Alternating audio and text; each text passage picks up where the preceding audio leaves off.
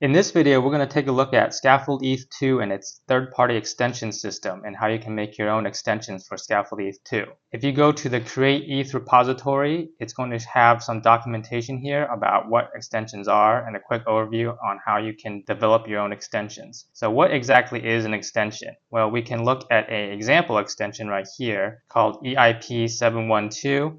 And it's basically just a series of files. We look into the structure right here. You can see that it's under extensions, packages, Next.js. And these files under the Next.js folder are going to get merged into the base Scaffold ETH project when you run the npx create-eth command. To create an extension, you should have some basic knowledge of how Scaffold ETH2 works. If you don't and you're a beginner, here's a link to a video about Scaffold ETH2. I suggest you watch that. If you're more comfortable with Scaffold ETH2, you can start making extensions really easily. So let's quickly make our own extension based on something like this. Make a directory and call it my first extension. And then you go into the directory and you'll want to mimic this folder structure. So extension, packages, and then in Next.js. So we'll open up that new folder and make a folder called extensions, and then within that called packages, and then within that Next.js. Now this is going to be a really simple extension. It's just going to be a new page. So within the Next.js folder, we'll make a app folder, and then within that we'll call it first extension. This is going to be the name of our new page, and then we're going to have a page.tsx. Alright, so we have the folder structure correct. It's important to get all these folders in the right order so that when you go to use the extension, the Scaffold ETH command line tool will know how to properly merge the files. This extension is just going to be a very simple new page, a new Next.js page. So we're going to paste in the contents of the page, and then that's basically all you need to make an extension. So what you can do now is you have this folder structure. You want to push this folder structure and all its contents up into GitHub. So I have it up here right now.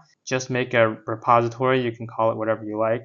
In this case, it's called first extension, and you can see the folder structure is reflected here, and you can actually go ahead and use this extension. So when using Scaffold ETH, there's two ways you can go. You can git clone the repository, or you can use the npx create-eth command. This is what you're going to need to do if you want to use your extensions. So we're going to do npx create-eth at latest, a -e, and then you can put in your repository that you just made for the extension. So mine was the first extension, and when you hit enter, you're going to have to install the latest Scaffold ETH. For project name, you can name it whatever you want. I'll just do my extension example, and I'm just going to pick hard hat. So what it's going to do is it's going to install everything that comes with the base Scaffold ETH repository. At the same time, it's going to grab all the files that are in this repository for the extensions, and it's going to merge them together. And that's why this folder structure is so important. Alright, so now it's done installing. We can go into the my extension example. Now we can run the standard Scaffold ETH commands. So yarn chain, we can run the yarn start. Is going to start up our Scaffold ETH2. Alright, so this is our installation of Scaffold ETH2 with our extension. And if you go to the new page called first extension, you'll see that our pretty ugly page is there. My first extension, this is a test page for my first extension. So that worked. The extension has now been installed, now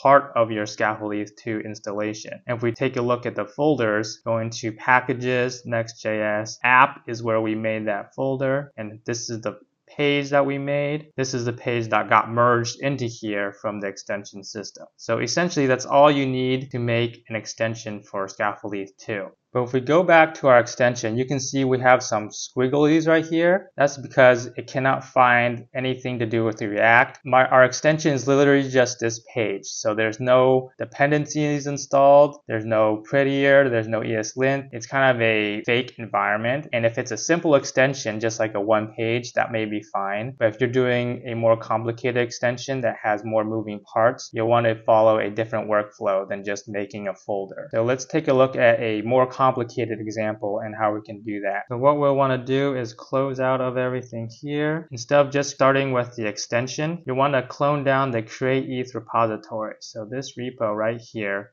is what powers that CLI command, the npx create-eth, and we're going to clone it down with the git clone. This repo is going to have a lot of helpful scripts to help you create your extension. We want to go into there and do a yarn install. All right, and if you come back to these docs right here, you can follow this workflow. We clone down the repo, then we can do a yarn build :dev. So that's what we're going to do. Now it's going to make some files into this dist folder, and we can use those files. So now what we're going to do is we're going to create what's called an instance of Scaffold ETH2 right on our local machine. And to create a new instance, you can use the yarn CLI command. This is basically going to be mimicking this command right here, the npx create-eth, but instead of using npx, we're going to use the create-eth repo that we just cloned down. Yarn CLI, and we're going to make a new folder. So we're going to go up a directory and call it a charts extension. Okay, so we're going to make an extension that adds some charts, and you can pick whichever framework you want. I'm just going to use Hardhat. It doesn't really matter. So the extension we're going to make is going to add some of these charts to our Scaffold ETH2. It's going to use the shadcn charts right here, and it's going to have to install some dependencies and some CSS and a new page to show off some example charts, and all of that is possible with the extension system. Once our create-eth yarn CLI command is done, it's done installing all that into a new folder. So we'll go up that directory, and it's going to make the folder called charts extension right here, and we can cd into that charts extension. So what you get in this charts extension is basically the base installation of Scaffold ETH2. There's nothing new, no new extensions and anything, but everything will work. So if you do the yarn chain, it's going to work, and then the yarn deploy, finally the yarn start. Now this is going to bring up our front end on localhost. Alright, so what we have is our base installation of Scaffold ETH2 on our machine on localhost. And what we can do is now we can open this up in our code editor, and we can start adding those new pages. So for Next.js, we're going to go into the app directory, and we're going to make a new page called charts. And we're going to make a page.tsx, and this is going to be where our new charting page is going to live. And as you can see with this method, since we're basically in an instance of Scaffold ETH2, we're not going to get those squigglies because React is installed. All the dependencies are installed. So it's like you're working on a normal application. So unless you're very familiar with extensions and Next.js pages, and you know exactly how your extension is going to work, this method is going to be a lot more user-friendly because you can develop the pages and all the other files in the normal way. So we have our charts page. We're going to need to add some other dependencies to our repository. You can just yarn add these packages right here like normal. Now I'm basically following along the installation guide for shadcn charts right here. So we've installed the dependencies, and now we can make a folder for the chart components, and then we need a CSS file right here. I'm just going to copy and paste a lot of these files into our repo. So in our components folder, I'm going to make a new folder called UI, and in that I'm going to make a file called chart.tsx, and I'm going to paste all this code into here. Now we're going to need a utils file, so I'm going to make that right now. I'm going to paste this stuff into here. Now we're going to need to add some CSS for these charts. And normally you want to edit this globals.css, but with extensions, there are files that you cannot edit. Perfectly fine to add new files. Those will get merged, no problem. But if you want to edit existing files, they have to be what's called a template file, and I'll get into more of that later. But global CSS is not one of those template files. So when you're making your extension, you cannot edit this. You'll need to make a new CSS file called chart.css. And I'm going to paste some of these CSS variables into here. And one last file that is needed is this components.json file. And this is basically a shadcn configuration file. So now that we have everything else installed, I'm going to paste in the rest of this charts page so that we actually have example charts on here. Alright, so now our charts page will have better example charts. It's going to have an area chart and a bar chart. And if we go to our charts page, you can see here's the bar chart right here, and this is the area chart. So everything is working inside of our local Scaffold ETH2 instance. Another thing I want to do is add a link to this page up in the header. To do that, I'm going to go into the header component right here, and I'm going to just add a new link right here. And it's going to be called charts. I'm going to link to the charts page, and we'll have a new pie chart icon for it. All right, so now we have the new charts page in the header, and it links to our new charts page with example charts. It's important to note that this header component file is going to be a special file, because instead of creating new files, this header file is an existing file, and it's actually one of those template files that I mentioned earlier. We actually need to add this new menu item in a special way. But first, let's see how we can translate all of these changes into our extension. So once you have all of your changes in a good spot, you have added all of your new packages, your new pages, your new utility files, everything. After you've committed all of your changes, you're going to go back to the Create-ETH repo that you cloned down before. You're going to run a special command called yarn create extension. Yarn create extension, and you want to point to the instance that you created earlier. So in our case, you go up the directory and you go to the charts extension. Now what's going to happen is it's going to create an extension for you. It's going to go into the charts extension folder and scan any new files that you've added and copy them over for you. And it's going to give you warnings if you've edited a existing file such as header. It's going to say you need to manually add some changes right here, and I'll do that in a little bit. And it's going to skip some of the files that we don't really need, and it's going to tell you that package.json needs to be manually created as well. But for all the new files, it's going to just copy them over into a folder for you. It's going to copy all of those new files into a folder called external extensions. So if we go into external extensions, you'll see that it made a new folder called charts extensions for us. So we go into there, and we can see that it copied all of those new files into the proper directory. So we don't have to worry about that complicated directory structure. It copied over the new page, the components/UI page right here. It's going to copy over only the necessary new files that we've added in our other instance. So the only things we need to do manually is create a package.json in the Next.js folder, and we're going to paste in only the dependencies that we've installed, because these are going to be merged into the regular dependencies that Scaffold ETH2 already has. And the last thing we need to add is that header file. Now we can't just add any header file, it needs to be a special file. So under the components, we're going to need to add a header.tsx.args.mjs. And what this file is going to have, it's going to have the icon that we added for our header and the menu object that we had for our header. The header file is one of those template files. Let's take a look at some of the other template files. Now right now we're in the external extensions folder that Create-ETH has created for us. So let's go back into the main Create-ETH folder. Alright, if we go back into the Create-ETH directory, here is the external extensions folder, and this is our extension right now. Go up to the main directory, there's a templates folder right here. Under base, you can find some of these template files. So gitignore.template.mjs.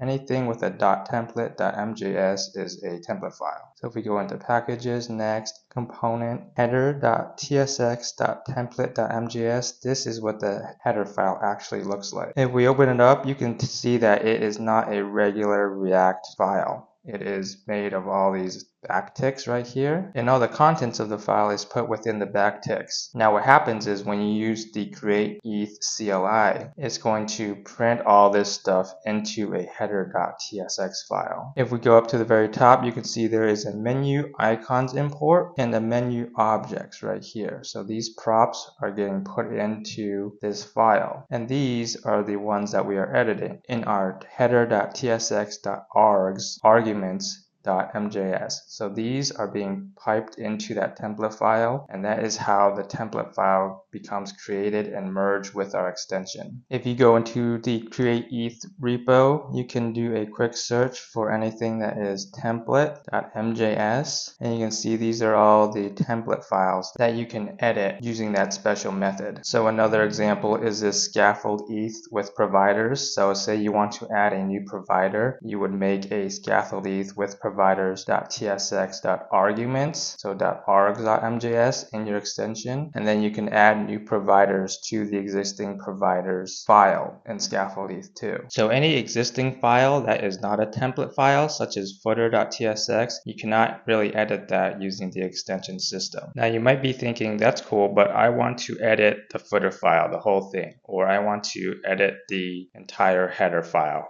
Why can't I do that with extensions? Well, one of the great things about extensions is that since new files are able to be merged into these base files, the Scaffold ETH team can maintain and update these base files. If we take a look at the Scaffold ETH2 repo, you can see that there's a team of great maintainers that keep it up to date with bug fixes and new features all the time. So you actually get these fixes and new features for free when you use extensions. So you don't have to worry about keeping these base files up to date. All you need to do is worry about setting your extension and existing files. The rest of the files, if there's like a bug in header or something like that, then the maintainers will fix that bug. All you need to do is worry about your little extension. If you really want to edit the entire header file or one of the non-template files that are existing, then you're probably better off making a fork of Scaffold ETH2 rather than making an extension. With extensions, the team behind Scaffold ETH2 keeps those packages and bug fixes up to date for you. If you would like to learn more about the templating system, go into the Create-ETH repo under contributors, and there is a doc under templating.md, and it explains all the template files and the reasoning behind them and how the template file API works. Now coming back to our extension, we have our header file created, so our extension is complete. We have all the files that got copied over for us. We got the package.json file that we created with only the dependencies that we need, and we have our header.tsx.args.mjs file, which will be merged into the main header file when we use our extension. The last thing to do is simply create a repo out of this folder. So if we go into the external extensions, go into the charts extensions again, right now this folder is under Create-ETH, but it is a git ignored folder, so git is not going to pick this up. If you go back into this folder, you can do a git init, and you can simply create a git repo out of this folder and push it up into GitHub.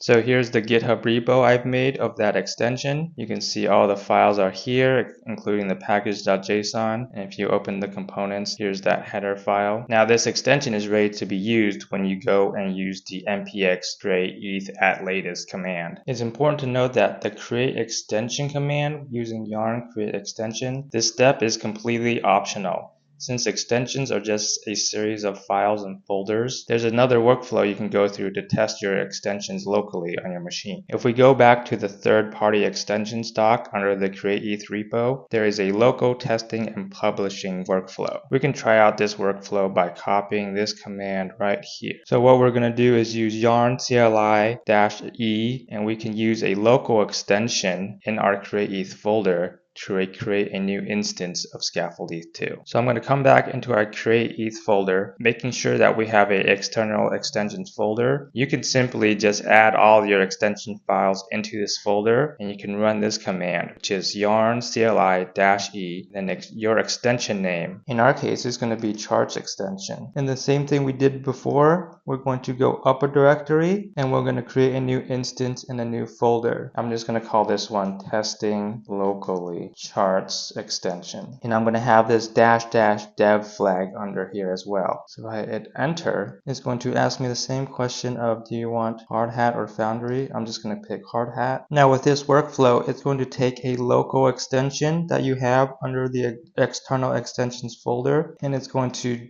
create the instance of Scaffold ETH2. So it's going to make a new instance under testing locally, this new folder. Once it's all done and installing, we can go into the testing locally folder, and we can do the yarn chain, the yarn deploy, and finally the yarn start to bring up the front end. And if we go to localhost 3000, you can see we have a new instance of Scaffold ETH2 using our local extension, and our charts are all here. Now the cool thing about this workflow is that the files in our testing locally folder, these are going to be symlinked back to our external extensions folder. So any changes that you make to the extension files in this folder, they're going to automatically be reflected back into this external extensions folder. So for example, let's say I am locally testing my extension and I want to change something on this page. So I want to change something on the charts page. I would go into the testing locally page. So if I go into here under the charts page and make an edit right here to the heading, so I can say my charts. If I save this, remember we're under the testing locally charts extension files. I save this, it's going to update it here under our local host because that's the one we're running. Since we included that --dev flag back in our external extensions file, if we go down to where that heading is, you can see it automatically got changed. So let us put this side by side. If I add some, say, exclamation marks right here, it's going to automatically update this file as well. So this is a quick way to update some existing extensions that you have locally, and you can go back and forth. And once you've made these changes right here, you can simply go back to that external extensions folder and git commit those extension changes back to your GitHub repo. Now this workflow is also optional, so you can use either method however you want to make your extensions. And with that, our extension is done. Anytime you want to use Scaffold ETH2 and add some charts, you can use this extension. I would highly suggest you go into the Create-ETH repo right here and read all these docs under the contributors folder. So the third-party extensions doc, templating doc,